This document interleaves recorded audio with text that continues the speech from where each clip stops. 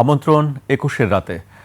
আমাদের সঙ্গে আজকে উপস্থিত আছেন একজন বিশেষ অতিথি, বাংলাদেশের প্রখ্যাত লেখক, গবেষক এবং রাজনৈতিক ইতিহাসবিদ। আপনাকে স্বাগত জানাচ্ছি ২১-এর রাতে। ধন্যবাদ। কেমন আছেন? অনেক ব্যস্ততার মধ্যে সময় দিয়েছেন। আছি, খুব বেশি ভালো নেই, আবার একেবারে খারাপও না। যেরকম পরিস্থিতি চারদিকে, মন মেজাজ ঠিক রাখাটা খুব কঠিন। তারপরেও আপনি মন মেজাজ ঠিক রেখে আমাদের জন্য কাজ করেন, মানুষের জন্য কাজ করেন, সমসাময়িক ঘটনাগুলো মানুষের সামনে তুলে ধরেন। আপনার লেখা আমরা পড়ি, আমাদেরকে ভাবায়। কোনো কিছুই মানে বাদ যায় না আপনার লেখাগুলো। আমরা পড়ার চেষ্টা করি, কলামগুলো, নিয়মিত বইগুলো পড়ার চেষ্টা করি। সবচেয়ে একটি জায়গা দেখি যে আপনার লেখাগুলো গতানুগতিক যেভাবে সবাই লেখে, আপনার জায়গাটি আলাদা। আপনি ইতিহাস ভিত্তিক কাজ করেন, নির্মোহভাবে কাজ করেন, নিরপেক্ষভাবে আমরা দেখি সবসময় সেই জায়গাটি আপনি তুলে ধরেন। আপনি লিখেছেন সম্প্রতি যে ইতিহাসের দীর্ঘতম জুলাই মাস, এটি লেখা আমি পড়ছিলাম। আমি যদি ২ বছর পরে আপনার কাছে জানতে চাই যে ২ বছর পরে আসলে কেমন দেখছেন সেই জুলাইকে? না, আমার এই যে কলামটা ছিল ইতিহাসের দীর্ঘতম জুলাই, এটা জুলাই কেন্দ্রিকই ছিল, মানে লেখাটা। এখানে জুলাইয়ের কোনো মূল্যায়ন ছিল না। সো ২ বছর পরেও যদি সেই জুলাইয়ের একটা আবেদন থাকে তাহলে একরকম হবে, আর যদি সেই আবেদনটা নিঃশেষিত হয়ে যায় তাহলে হয়তো অন্যরকম হবে। আমরা তো অনেক ঘটনাই ধরেন ভুলে যাই, বা নতুন একটা ঘটনা এসে পুরনোটাকে চাপা দিয়ে দেয়। ফলে আমরা যেমন ১৯৭১, এটা নিয়ে আমরা একটা প্রজন্ম খুব আবেগ আক্রান্ত হন, কিন্তু আমাদের ৪৭ নিয়ে তেমন আবেগ নাই। আবার ৪৭-এর প্রজন্ম, তারা তো সিপাহী বিদ্রোহ নিয়ে মাথা ঘামায় না। তো হয় কি, একটা বড় বড় ঘটনা ঘটে গেলে পরে তখন আগেরগুলো এমনিতেই আড়ালে চলে যায়, নেপথ্যে চলে যায়, বা তার প্রাসঙ্গিকতা হারায়। তো জুলাইটা এখনও তরতাজা, এবং জুলাইয়ে যে একটা উলট পালট হলো, এটা শুধু সরকারে না, পুরো সমাজের মধ্যেই মনোজগতে একটা বিরাট ধাক্কা লাগলো। সামাজিক যে বুনন, এটা একটু নড়বড়ে হয়ে গেল, ফলে এটার রেশটা রয়ে গেছে।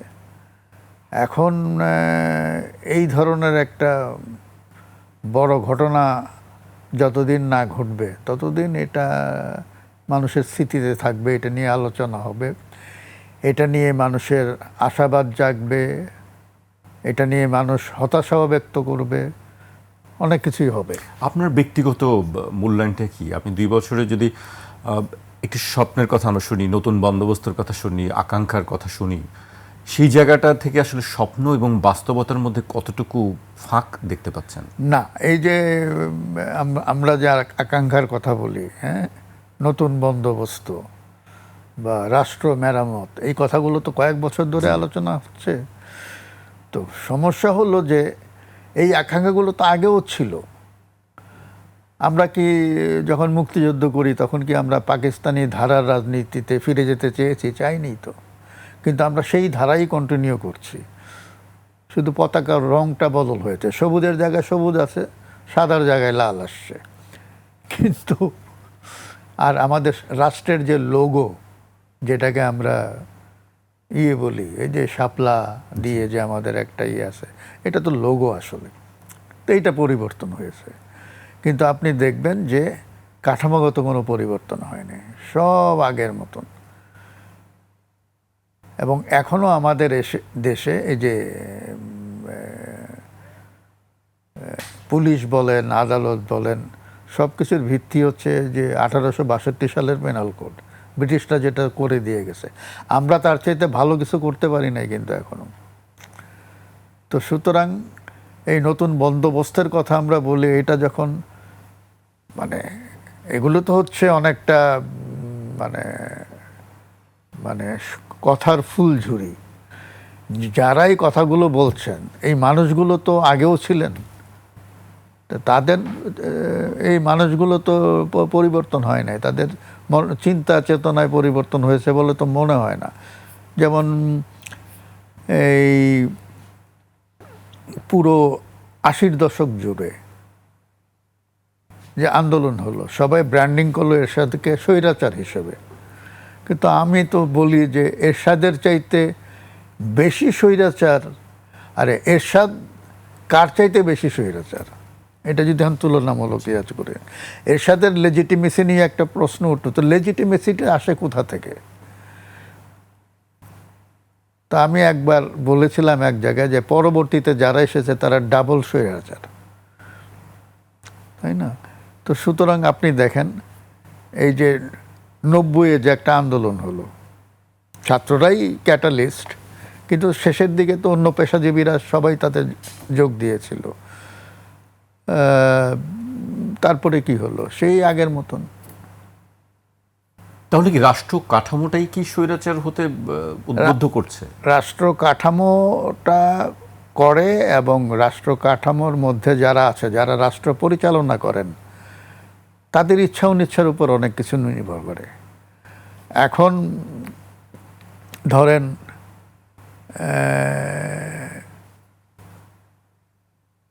যারা রাষ্ট্র পরিচালনা করেন তাদের তো নিজস্ব কিছু চিন্তা ভাবনা থাকে, আর তারা জনবিক্ষোভকে তারা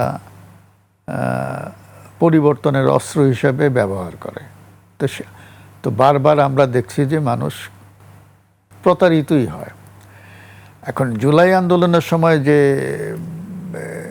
এটা তো ছিল আসলে একটা ছাত্রদের একটা গোষ্ঠীগত দাবি, কোটা সংস্কার, সরকারি চাকরিতে বৈষম্য বিরোধী আন্দোলন। বলি বৈষম্য বিরোধী, সরকারি চাকরিতে এত বেশি কোটা ছিল যে প্রতিযোগিতার মধ্য দিয়ে চাকরি পাওয়ার সম্ভাবনাটা খুব সীমাবদ্ধ হয়ে গিয়েছিল। সেখান থেকে এই বিষয়টা আসে যে প্রতিযোগিতাটা যাতে আরো ওপেন করে দেওয়া যায়। তো সেটা নিয়ে রাজনীতি হলো, এবং তারপরে এটা এক পর্যায়ে গিয়ে যখন মানে মানে রাষ্ট্রীয় বাহিনীগুলো এবং সরকারি বাহিনীগুলো আন্দোলনকারীদের উপর চড়াও হলো, গুলি করলো, মানুষ মারলো, বেশিরভাগ নিহত কিন্তু শ্রমজীবী, এরা ছাত্র না। তো তারপরেও আমি বলবো যে এই যতই লাশ পড়তে থাকলো ততই কিন্তু আন্দোলনের প্রতি সাধারণ মানুষের সহানুভূতি বাড়তে থাকলো, এবং সবাই শারীরিকভাবে না হলেও মানসিকভাবে এটার সঙ্গে একাত্ম হয়ে গিয়েছিলেন। ফলে এটা এক পর্যায়ে গিয়ে সরকার পতনের আন্দোলনে রূপ নিল, এবং ফলে সরকারের পতন হলো। সরকারের পতন যে হবে এইটা কিন্তু শেষ সপ্তাহের আমি বলবো যে ঘটনাবলী দেখে বোঝা যায় কিছুটা, তার আগে কিন্তু এটা বোঝা যায় নাই, 4-5 দিন আগেও বোঝা যায়নি আসলে। সুতরাং কখন মনে হচ্ছিল আপনার কাছে আসলে? যে আমার কাছে তো এটা মনে হয়েছে 3 তারিখ, তার আগে মনে হয় নাই। কি দেখে মনে হলো আপনার? 3 তারিখে আমরা দেখলাম যে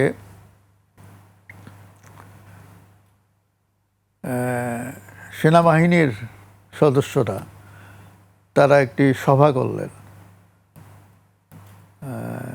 সেনাপ্রধান একটা অ্যাড্রেস, একটা বক্তৃতা দিলেন, এবং দেখা গেল যে তারা তাদের যে একটা সেন্টিমেন্ট, যে তারা বললেন যে তারা জনগণের বিরুদ্ধে যাবেন না। তো এটা মেসেজ তো ক্লিয়ার। আমরা এইটা কিন্তু 90-এর আন্দোলনের সময়ও একবার দেখেছিলাম। এক পর্যায়ে এসে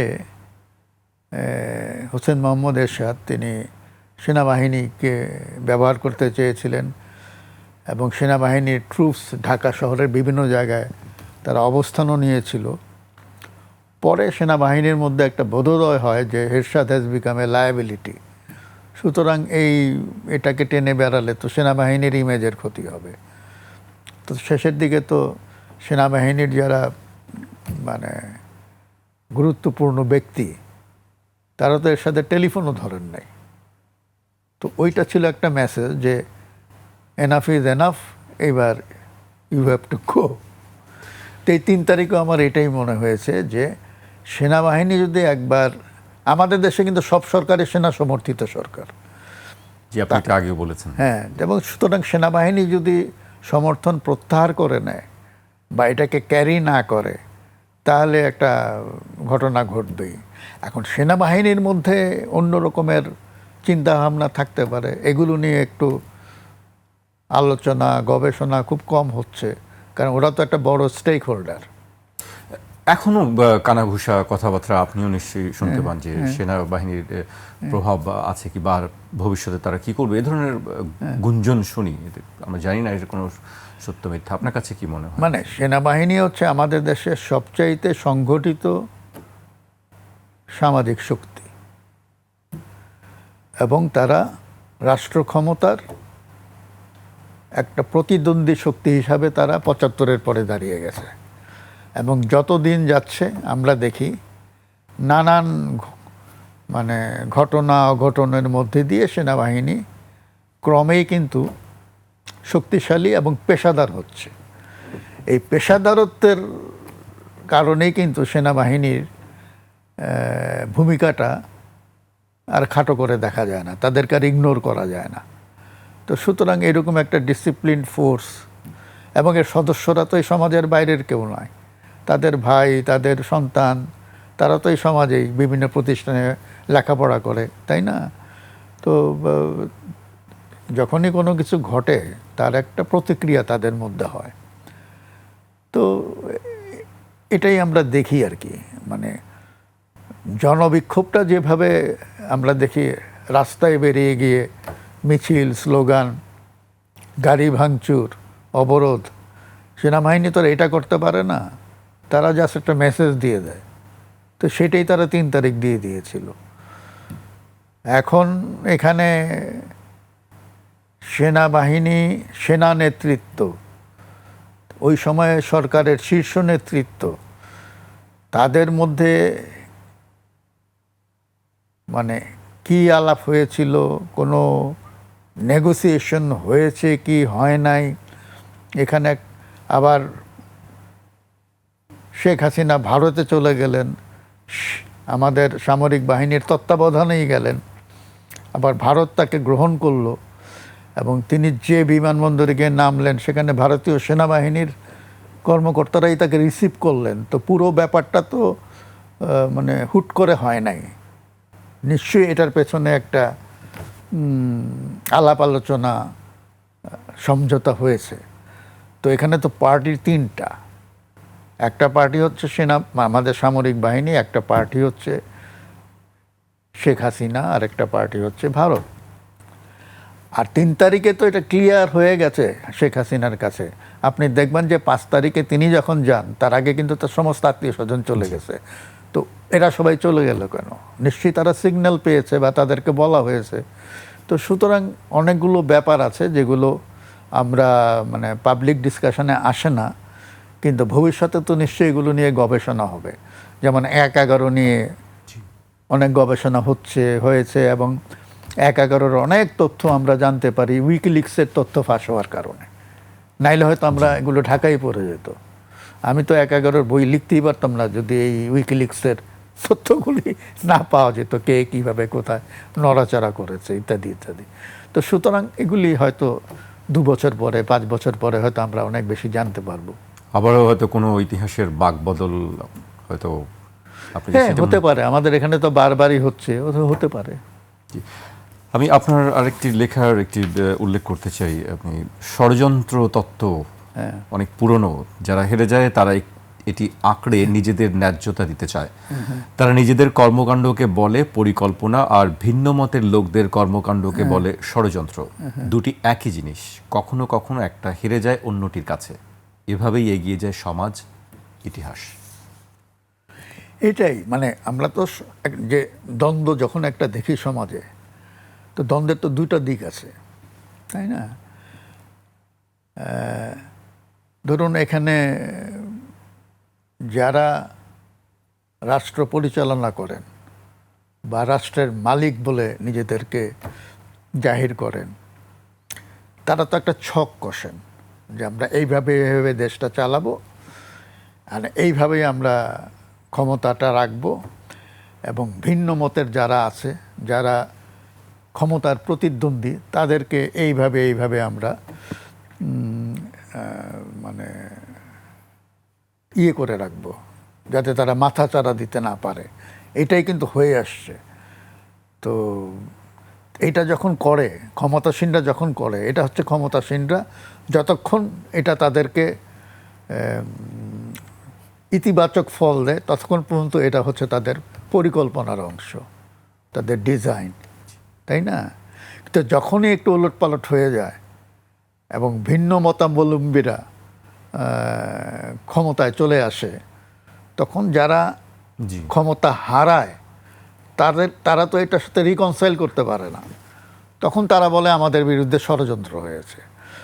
তো ষড়যন্ত্র মানে কি? ভিন্ন মতাবলম্বীদেরও একটা পরিকল্পনা আছে। মনে করেন আপনি আর আমি দুজনে ঝগড়া করছি, আমার একটা পরিকল্পনা আছে, আপনারও একটা পরিকল্পনা আছে, আমরা পরস্পরকে পরাজিত করতে চাই। আমার পরিকল্পনা হেরে গেল, আপনার পরিকল্পনা জয়যুক্ত হলো, তখন আমি বলবো যে আপনি আমার বিরুদ্ধে ষড়যন্ত্র করেছেন। তো ব্যাপারটাই যে হেরে যাওয়া পার্টি সবসময় বলে ষড়যন্ত্র, আর জিতে যাওয়া পার্টি সবসময় বলে যে এটা আমরা আন্দোলন, বিপ্লব, অভ্যুত্থান, এগুলো, এই শব্দগুলো ব্যবহার করে। নেপালের সঙ্গে আমাদের একটা তুলনামূলক অবস্থান কম দেখানো হয়। আপনি আসলে কিভাবে দেখেন যে নেপালে বলা হয় যে তারা সফল, তাদের অভ্যুত্থান, আমাদের এখানে সেভাবে হয়নি, কারণটা কি? নেপাল সমাজটা আসলে আমি বলবো কি, আমি নেপালে 3টা নির্বাচনে অবজারভার হিসাবে গেছিলাম এবং ওদের সব দলের নেতাদের সঙ্গে কথা বলেছি, দেখা হয়েছে। পরবর্তীতে এরা সবাই প্রধানমন্ত্রী হয়েছে, প্রেসিডেন্ট হয়েছে, অনেকে আমাদের বন্ধুবান্ধব ছিল। তো সেখানে যে জিনিসটা হয়েছে, সেখানে একটা বড় শক্তি ছিল এই যে কমিউনিস্টরা।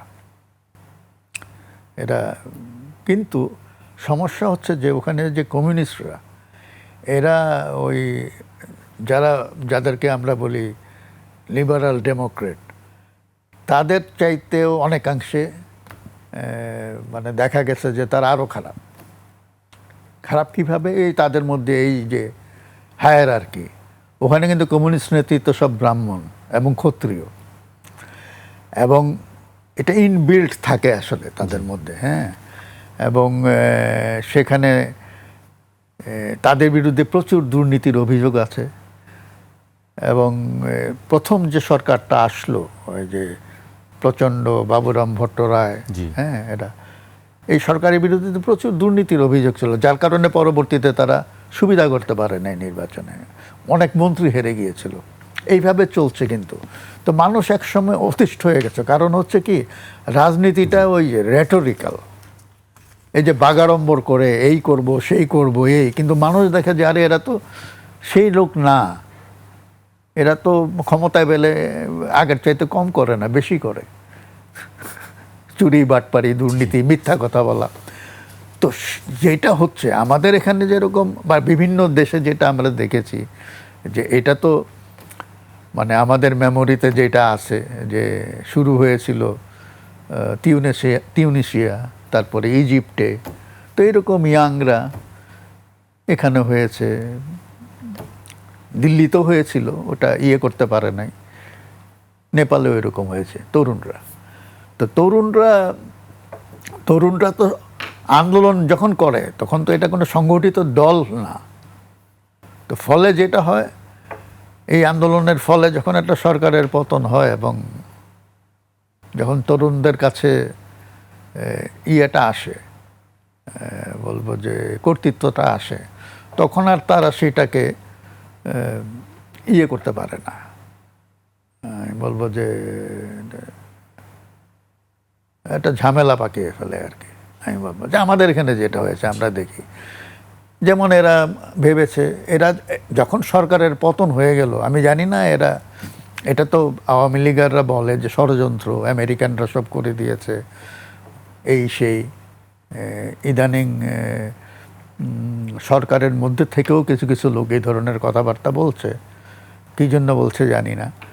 তো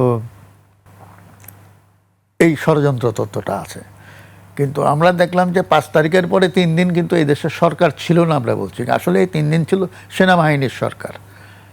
আপনি দেখবেন এই সেনাবাহিনী ছিল বলেই কিন্তু বড় আকারের কোনো অঘটন ঘটে নাই। আক্রান্ত হয়েছে কিন্তু আওয়ামী লীগাররা সব জায়গায়, এবং সেটার পেছনে কাজ করেছে এক ধরনের জনরোষ। কিন্তু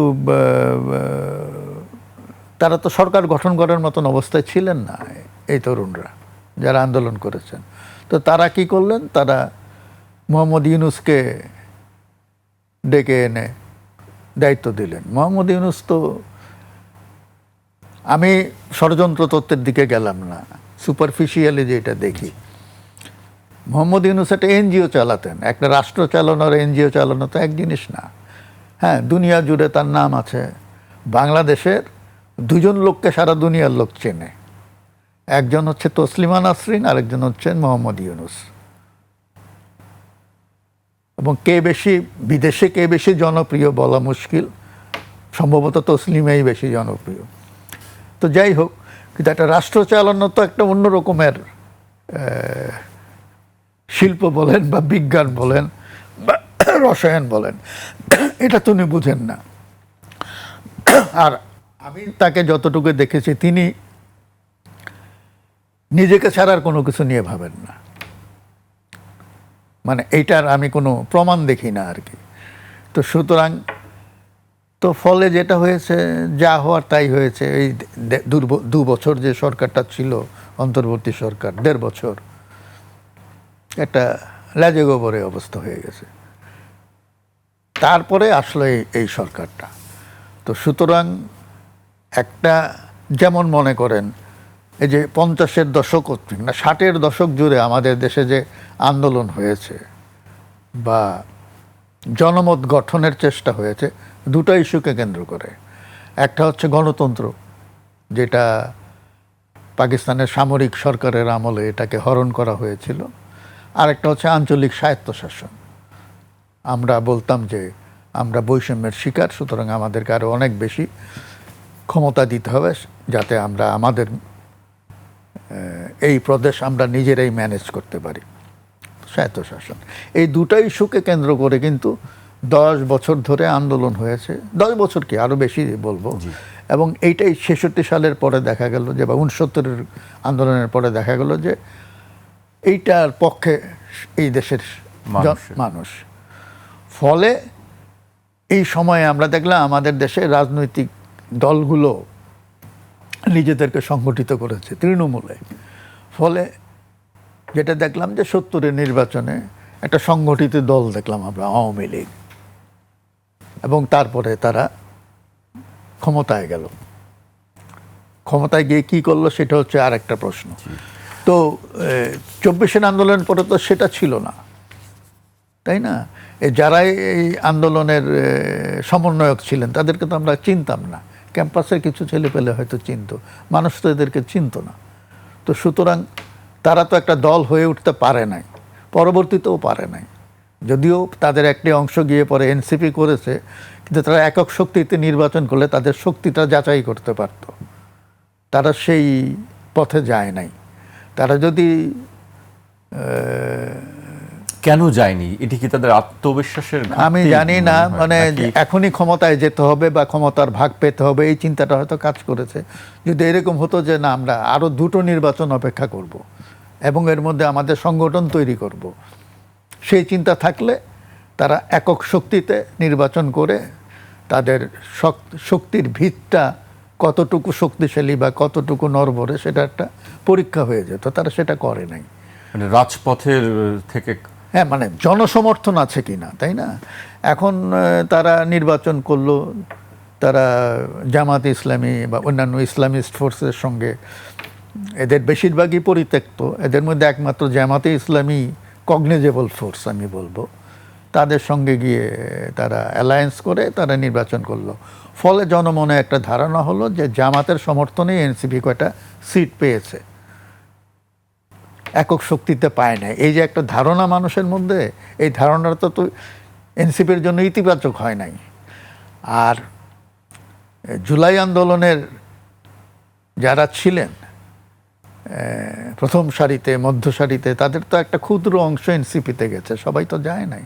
ফলে তারা তাদের নিজেদের যে যে ইয়েটা বলয়টা, এটাকেও সম্পূর্ণ পায় নাই। তো এইগুলো দুর্বলতা তাদের জন্য।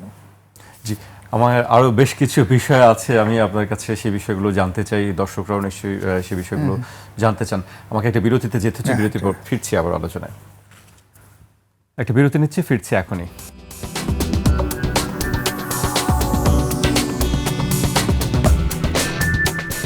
বিরতির পর আবারও স্বাগত। আপনারা দেখছেন ২১ রাত। আমাদের সঙ্গে আছেন দেশের প্রখ্যাত লেখক, গবেষক এবং রাজনৈতিক ইতিহাসবিদ মহিউদ্দিন আহমেদ।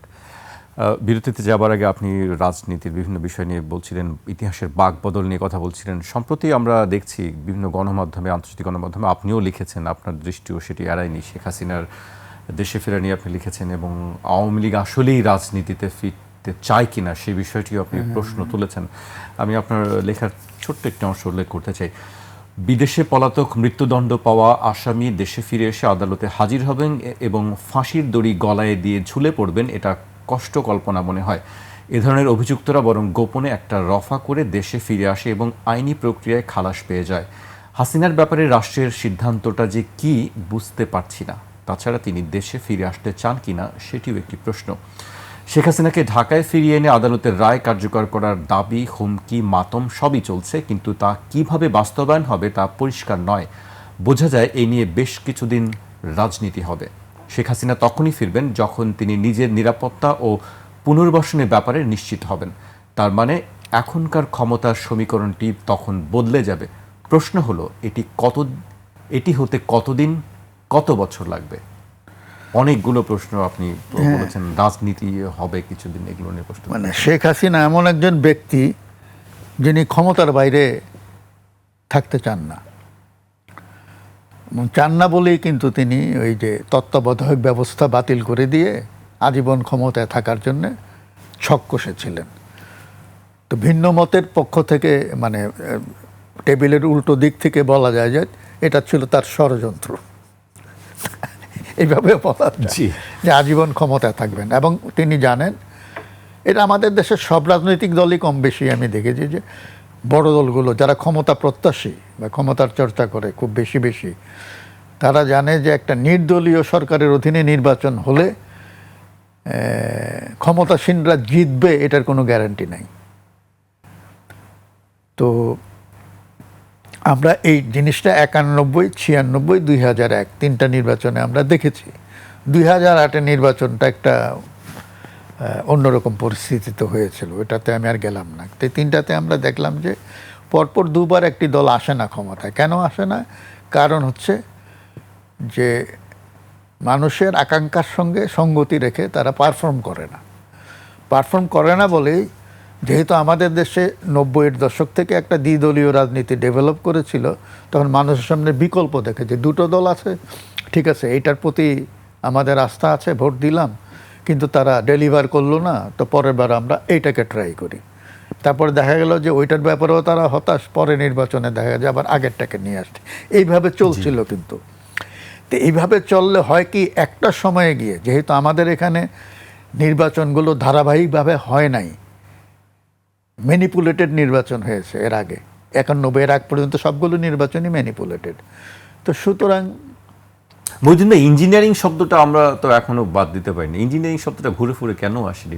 এই যে এটাই ইঞ্জিনিয়ারিং, মানে ইঞ্জিনিয়ারিং শব্দটা এদের পছন্দ হচ্ছে। আমি তো বলি ম্যানিপুলেশন, মানে নির্বাচনের ফলাফল আমার পক্ষে নিয়ে আসবো, এটা করার জন্য যা যা করা দরকার এটা আমি করব।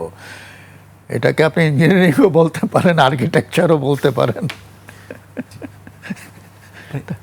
ম্যানিপুলেট করা আর কি, সোজা কথা।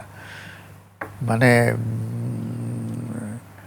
তো ধরেন, আমি একটা ক্রুড উদাহরণ যদি দিই, যে একটা ভবন তৈরি করবেন, ইটের পর ইট সাজাবেন, ভেতরে রড দিবেন, সিমেন্ট বালু দিবেন, তারপরে এই যে মানে একটার পর একটা ব্রিক দিয়ে দিয়ে আপনি একটা ভবন তৈরি করলেন। তো এইরকম আর কি, রাজনৈতিক ক্ষমতাটাও এরকম যে আপনি কিভাবে সেখানে চূড়ায় যাবেন, সেটার জন্য আপনি ছক কষতে কষতে এইভাবে যাবেন।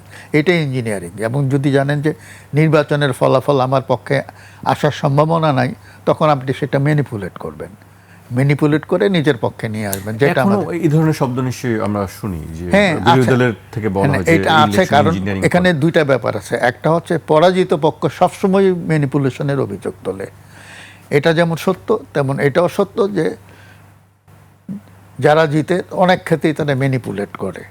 এখন এই ম্যানিপুলেশনের মাত্রাটা কতটুকু, সেটা আমি বলবো যে বাংলাদেশে 91 সালে আমরা একটা উদাহরণ দেখলাম, প্রথমবারের মতন একটা নির্দলীয় সরকারের অধীনে বাংলাদেশে নির্বাচন হলো, যেটা নির্বাচনের দিন পর্যন্ত মানে ভোট গ্রহণ শেষ হওয়া পর্যন্ত কোনো দল বলে নাই যে কারচুপি হয়েছে। ফলাফল পাওয়ার পরে শেখ হাসিনা বললেন সূক্ষ্ম কারচুপি হয়েছে, কিন্তু কারচুপিটা কি হয়েছে এটা তিনি ব্যাখ্যা করলেন না। এবং তার ওই কথাটা ছিল যে মানুষ তো আমাদেরকে ভোট দিয়েছে। তো উনি কি করে বুঝলেন মানুষ কাকে ভোট দিয়েছে?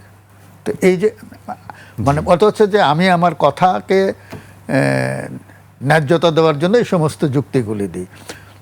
তো এইভাবে কিন্তু শুরু। তো যেই মুহূর্তে 2008-এ মানে নির্বাচনে সংখ্যাগরিষ্ঠতা পেয়ে 2009-এ গিয়ে সরকার গঠন করে শেখ হাসিনা তত্ত্বাবধায়ক ব্যবস্থাটা বাতিল করে দিলেন যে এটা থাকলে, এবং যুক্তি পেলেন যে এই তত্ত্বাবধায়ক ব্যবস্থা তো ম্যানিপুলেশন হয়, যেটা 2006-এ চেষ্টা হয়েছিল ইয়াজউদ্দিনকে দিয়ে। তো এটাও তো ফ্যাক্ট, ম্যানিপুলেশনের তো চেষ্টা হয়েছিল।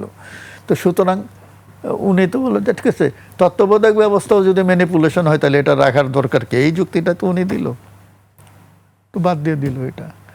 আর বাদ দিল খুব ভাবে, অসাংবিধানিকভাবে। কারণ একটা সংবিধানের একটি মানে এই ধরনের একটা নীতিগত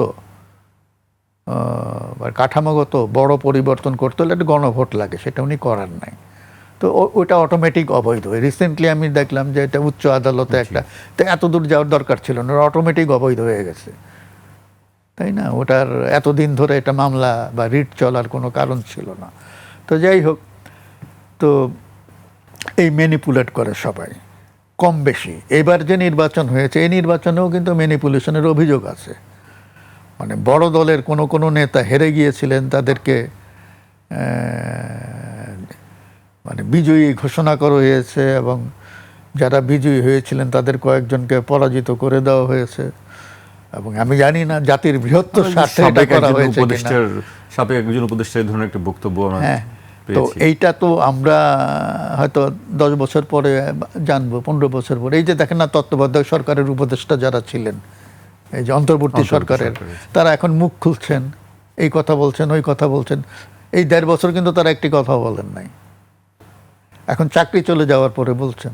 তো সুতরাং এই নির্বাচন নিয়েও পরবর্তীতে হয়তো অনেকেই অনেক কথা বলবেন, অনেক গুমর হয়তো ফাঁস হবে, আমি জানি না।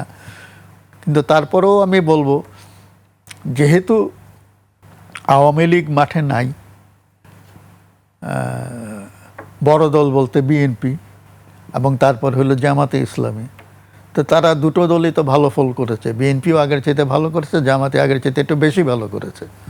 ভোটের ব্যবধানের দিক দিয়েও আমরা সেটা দেখি। তো সুতরাং এটাই অনুমিত ছিল। আপনি যে প্রশ্নটি করেছেন যে আওয়ামী লীগ আসলেই রাজনীতিতে ফিরতে চায় কিনা, তাহলে কিভাবে আসলে তাদের রাজনীতিতে ফিরতে চাইলে তো তার আচরণ সেই রকম হবে, তাই না? রাজনীতিতে ফিরতে হলে তাকে মানুষের কাছে পৌঁছাতে হবে। মানুষকে ভেঙচি কেটে ধমক দিয়ে তো আপনি পৌঁছাতে পারবেন না, তাই না? একবার আসি তারপরে দেখে নেব ইত্যাদি ইত্যাদি কথা বললে তো মানুষ আপনাকে সমর্থন করবে না। মানুষ কখন আওয়ামী লীগকে সমর্থন করবে? যখন মানুষ বর্তমান সরকারের উপর খুবই বিরক্ত হবে, আর বিরক্ত হয়ে ভাবতে থাকবে যে আগেই ভালো ছিলাম। এখন যে অবস্থাটা হয়েছে যে মানুষ দিন দিন কিন্তু সরকারের প্রতি একটু, আমি দেখছি নানান কারণে, এবং কিছু কিছু মন্ত্রীর অতি কথন, এই যে সম্প্রতি যে শিক্ষামন্ত্রী, এত কথা বলার দরকার কি? বলতে চাচ্ছিলাম যে ব্রয়লার চিকেন পার্টি নামে একটি পার্টি খোলা হয়েছে, ককরোচ পার্টির মতো। এইটাই তো এরকম। তো এই কারণে কিন্তু আওয়ামী লীগ মানে হচ্ছে শেখ হাসিনা। শেখ হাসিনা জানেন তিনি আওয়ামী লীগে না থাকলে এই আওয়ামী লীগ নিয়ে তার কোনো মাথা ব্যথা নাই। তো আওয়ামী লীগ হচ্ছে তিনি। ওই যে সেই ফরাসি বিপ্লবের আগে যেমন লুই 16 বলেছিলেন আই এম দ্য স্টেট, তো এরকম। এখন শেখ হাসিনা যদি ফিরতে চান রাজনীতিতে, তাহলে তার কথাবার্তা, আচরণ, বডি ল্যাঙ্গুয়েজ একরকম হবে। আর একটা বড় পার্টি হচ্ছে এখানে ভারত। তিনি ভারতের আশ্রয়ে আছেন এবং ভারত এইখানে একটা বড় খেলোয়াড়। আপনি শুরুতেই বলছিলেন ভারত বিচারের বিষয়টি কি হবে? আমি এখন যেহেতু তিনি মৃত্যুদণ্ডপ্রাপ্ত আসামি, এই সরকার যদি মানে সেই রায় কার্যকর করে, তাহলে তিনি কেন আসবেন এটার জন্য? তিনি তো সবচাইতে বেশি ভালোবাসেন তার নিজের প্রাণ এবং তার পরিবার, যার জন্য তিনি প্রাণ এবং পরিবার নিয়ে বিদেশে চলে গেছেন, এই দলটাকে এতিম করে দিয়ে। অন্য কাউদের তো নেন নাই সঙ্গে। তো সুতরাং তিনি কেন ফাঁসির জন্য আসবেন না। তাহলে তিনি কখন আসবেন? যদি তিনি নিরাপত্তার শতভাগ গ্যারান্টি চান, এবং শুধু নিরাপত্তার গ্যারান্টি না, তিনি ক্ষমতাও চান। সুতরাং ওইখানে আরেক ধরনের, আপনার ভাষায়, ইঞ্জিনিয়ারিং হবে, তাইলেই তিনি আসবেন। তো সেখানে বড় একটা ভূমিকা পালন করবে ভারত, যেটা আগেও করেছে আমরা জানি। আমরা তো ওই যে প্রণব মুখার্জির বই পড়ে জানতে পারি 11 সময় এবং ওই নির্বাচনের কি করেছে, ভারতের ভূমিকা কি ছিল। তো সুতরাং এই ব্যাপারগুলো আছে। তো শেখ হাসিনা কোনোদিনই ফিরবেন না যদি এখন যে অবস্থাটা আছে। হয়তো তিনি দলের লোকদের চাঙ্গা করার জন্য এই ধরনের কথাবার্তা বলে রাখতে পারেন, কিন্তু তিনি ফিরবেন তখনই যখন তিনি শতভাগ নিশ্চয়তা পাবেন নিরাপত্তা এবং ক্ষমতা, এই দুটো। ক্ষমতা ছাড়া তিনি বাঁচবেন না। এই ধারাবাহিকভাবে 15 বছর ক্ষমতা চর্চা করে তিনি কিন্তু এক ধরনের বেহেশতের মধ্যে ছিলেন। সে বেহেশত থেকে তার পতন হয়েছে। তো তিনি তো বেহেশতের বাইরে থাকার জন্য ফিরবেন না। জি, সেটি আপনি আরেকটি প্রশ্ন তুলেছেন। সংসদ সদস্যদের জন্য 5 শালা বন্দোবস্ত, সেখানেও আপনি অনেক কথা বলেছেন যে অন্তর্বর্তী সরকারের একটি প্রস্তাব ছিল সংসদ নির্বাচনের আগে স্থানীয় সরকারের নির্বাচন হোক। আমাদের মূলধারার বড় দলগুলো তাদের সম্মত হয়নি, কারণটা বোধগম্য। নিজের লোককে জিতিয়ে আনতে হলে ওপর থেকে কলকাঠি নাড়তে হয়। ভবিষ্যতে যে স্থানীয় সরকার নির্বাচন হবে সেখানে আমরা হয়তো দেখব সংসদ সদস্যরা তাদের প্রভাব খাটিয়ে বংশধরদের জিতিয়ে নিয়ে এসেছেন এবং বসংবদদের জিতিয়ে নিয়ে এসেছেন এবং তাদের ক্ষমতার হাত আরো লম্বা করেছেন। এরকমই কি আসলে আপনার খেয়াল আছে কিনা 2008 সালে যখন এই যে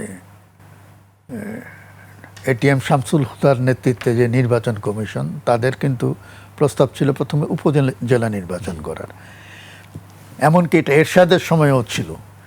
এরশাদ ক্ষমতা নিয়েছেন, তার অধীনে নির্বাচনে গিয়ে আওয়ামী লীগ, জামাতে ইসলামী, ন্যাপ, কমিউনিস্ট পার্টি, এরা সবাই কিন্তু এরশাদকে রাজনৈতিক বৈধতা দিয়ে দিয়েছেন তার অধীনে নির্বাচনে গিয়ে, তাই না? তো সুতরাং এরশাদ কিন্তু এই 82-83 সাল থেকেই বলছিলেন যে তিনি স্থানীয় সরকার নির্বাচনটা আগে করবেন, উপজেলা। এবং তখন কিন্তু এই যে দুই দলই বড় দল, বিশেষ করে আওয়ামী লীগ, বিএনপি, জামাত, এরা সবাই এটা বিরোধিতা করেছে যে না, আগে জাতীয় নির্বাচন হতে হবে। স্থানীয় সরকার নির্বাচন একবার হয়ে গেলে স্থানীয় পর্যায়ে ভোট অর্গানাইজ করা বা ভোট ম্যানিপুলেট করার এই সুযোগটা আর থাকে না। একই জিনিস আমরা দেখেছি 11 সময় ডক্টর হুদার কমিশন, তারা উপজেলা নির্বাচন করতে গিয়েছিলেন, তখন আওয়ামী লীগ, বিএনপি দুটোই এটা অপোজ করেছে। তারপরে দেখা গেল 2009 আওয়ামী লীগ সরকার গঠন করলো এবং উপজেলা নির্বাচন হলো এবং সেখানে যাচ্ছে তাই কাণ্ড হলো। এবং এটিএম শামসুল হুদা, তখনও তিনি চিফ ইলেকশন কমিশনার, তিনি একটা মন্তব্য করেছিলেন যে দলীয় সরকারের অধীনে স্থানীয় সরকার নির্বাচন এটা হওয়া উচিত না। তো যাই হোক, তো এবারও তাই হয়েছে। এবারও কিন্তু অন্তর্বর্তী সরকারের একটা ছিল যে আগে স্থানীয় সরকার নির্বাচন করবে, কিন্তু এটা কিন্তু ওই যে কোনো বড় দলই এটা চায় নাই, ওই একই কারণে যে স্থানীয় সরকার নির্বাচন হয়ে গেলে তাদের ওই নিয়ন্ত্রণটা আর থাকে না। তখন তো এটা তো কেউ নিয়ন্ত্রণ হারাতে চায় না। আমরা এখানে তো আমাদের ক্ষমতা তো সবই কেন্দ্রীভূত, সব কিছুই আমাদের সরকার, সংসদ এবং ঢাকা কেন্দ্রিক। তো সেখানে স্থানীয় সরকার যে একটা সরকার, স্থানীয় সরকারও কিন্তু একটা সরকার, তো সেই সরকারটা তো আমাদের দেশে দাঁড়াতেই পারলো না। এবং স্থানীয় সরকারের এখন এটা হয়ে গেছে কেন্দ্রীয় সরকারের একটা তল্পিবাহক। মানে এরা এখান থেকে বিভিন্ন মন্ত্রণালয়ের কর্মসূচি তারা স্থানীয় পর্যায়ে সেটা তারা বাস্তবায়ন করে, কিন্তু সেখানেও বাস্তবায়ন করতে গিয়ে তাদেরকে সংসদ সদস্যদের হুকুম তামিল করতে হয়। ফলে যেটা হয়, এর সাথে আবার যোগ হয়েছে সংসদ সদস্যদের প্রতিজনের জন্যে কত 25 কোটি টাকা। তো এই 25 কোটি টাকার প্রকল্প তারা নেবেন, তারা ঠিক করে দেবেন এবং সরকার সেটা বাস্তবায়ন করবে। তো তারা ঠিক করবেন কেন? তাদের মানে এই জিনিসটা হচ্ছে যে সংসদ সদস্যের কাজটা হচ্ছে আইন প্রণয়ন করা, তার কিন্তু আইন নিয়ে কোনো ডিবেট আমরা দেখি না সংসদে। সবাই ব্যস্ত। তারা দেখবেন যে প্রতি উইকেন্ডে তারা এলাকায় যান। একজন সংসদ সদস্য কিন্তু তার এলাকার প্রতিনিধি নন, তিনি সারা দেশের প্রতিনিধি। তিনি যখন আইন প্রণয়ন করেন তখন তার এলাকার জন্য করেন না, সারা দেশের জন্য করেন। এই বোধটা তাদের নাই, তাদের নজর এত নিচু, তারা এলাকার বাইরে কিছু চিন্তা করেন না। এবং তারা মনে করেন দেশ মানে হইল আমার বাড়ির দিকে একটা রাস্তা যাইতে হবে, আমার বিয়ের বাড়ির দিকে একটা কালভার্ট যাইতে হবে, এবং সব ব্যাপারেই, এবং আরও অন্যান্য অনেক ব্যাপার আছে, যেহেতু এগুলো আমি সাক্ষ্য প্রমাণ দিতে পারবো না বলে লাভ নাই। রাজনীতি নিয়ে আপনি অনেক বছর ধরে লিখছেন, গবেষণা আছে, টেট্রালজি আমরা জানি, আপনি জাসদ, বিএনপি, আওয়ামী লীগ সবাইকে সব বিষয়ে আপনি লিখেছেন। রাজনৈতিক দলগুলোর চরিত্রগুলো আপনার কাছে কেমন মনে হয়? না, রাজনৈতিক দলগুলোর চরিত্র মানে চরিত্র বলতে আমি মানে যদি আমি ইংরেজি শব্দ ব্যবহার করি, বাংলায় আমি যথাশব্দ খুঁজে পাচ্ছি না, সেটা হচ্ছে similar in content, different in form.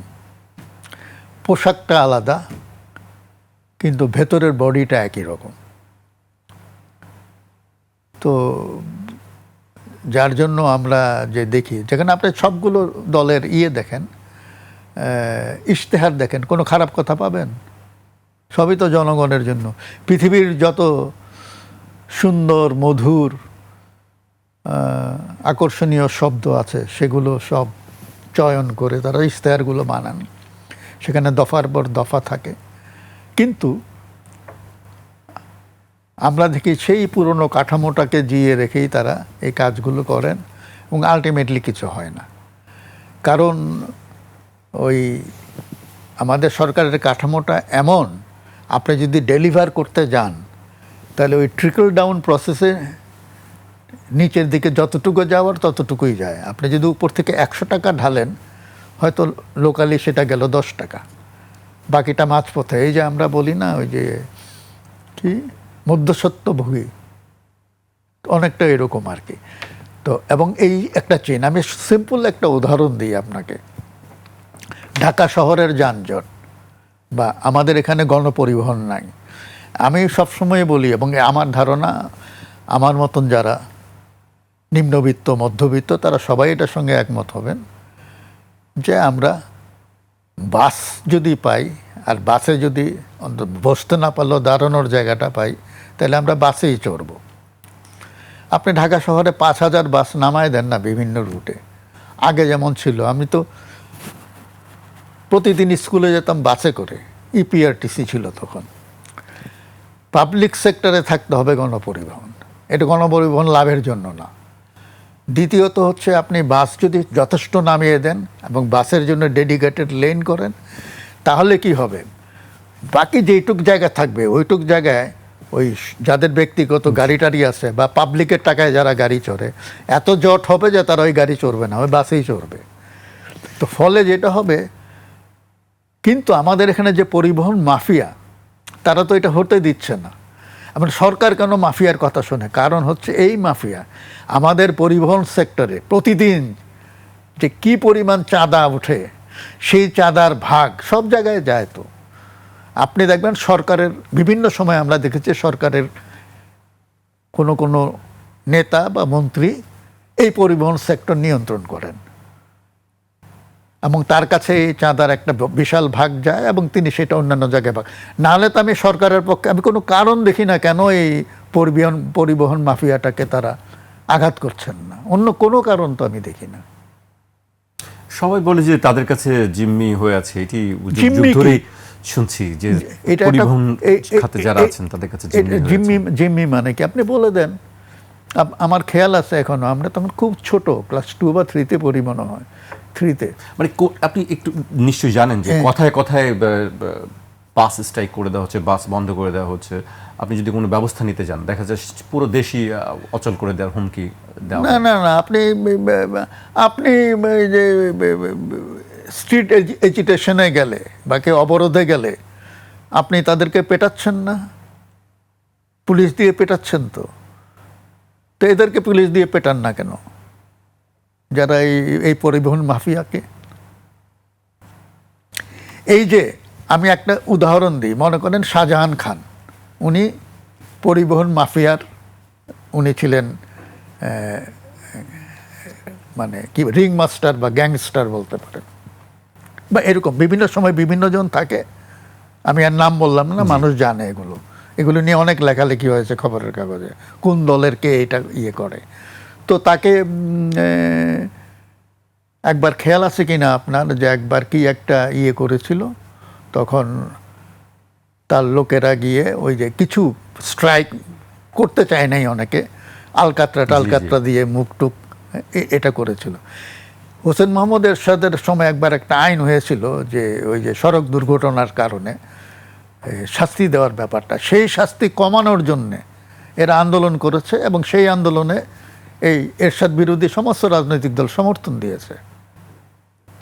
তো সুতরাং পরিবহন মাফিয়াকে ঠান্ডা করা এটা এক সপ্তাহের কাজ। সেটি আমরা তাই মনে করি যে সদিচ্ছাটা সবচেয়ে বড় জরুরি। আমি আরেকটু বিষয় যোগ করতে চাই, ব্রয়লার চিকেন পার্টি নিয়ে আমরা একটু কথা বলছি না, বা হঠাৎ করেই আলোচনায় চলে এসেছে। শিক্ষামন্ত্রী সারা দেশে আমরা দেখলাম যে শিক্ষার্থীরা পুষে উঠেছে, তার পদত্যাগ দাবি হচ্ছে, নানান কথা বলছেন। আপনার কাছে কি মনে হয় আসলে?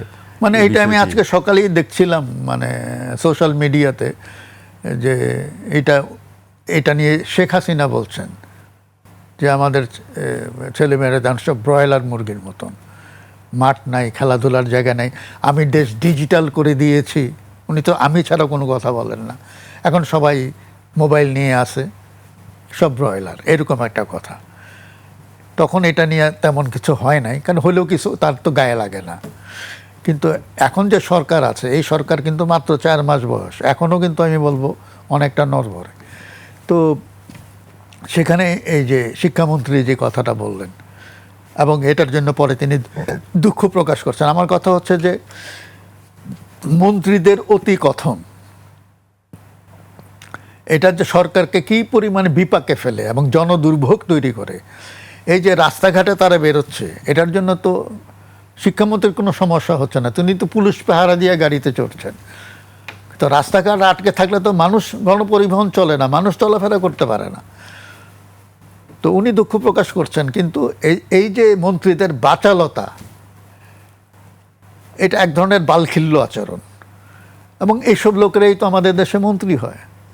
কিছু কিছু মন্ত্রী আপনি দেখবেন যে সব সরকারের আমলেই দেখবেন যে বাচাল কথাবার্তা। জোবাইদুল কাদের কি কথা বলে না বলে, তাই না? বলতো শাহজাহান খানকে এরকম আমরা দেখতাম, হাসানুল হকিনুকেও আমরা এরকম দেখতাম। মানে মাইক্রোফোনটা সামনে পেলেই তারা বাচাল হয়ে যায়। কি দরকার এত কথা বলার? কথা না বলেও তো কাজ করতে হবে, কাজ।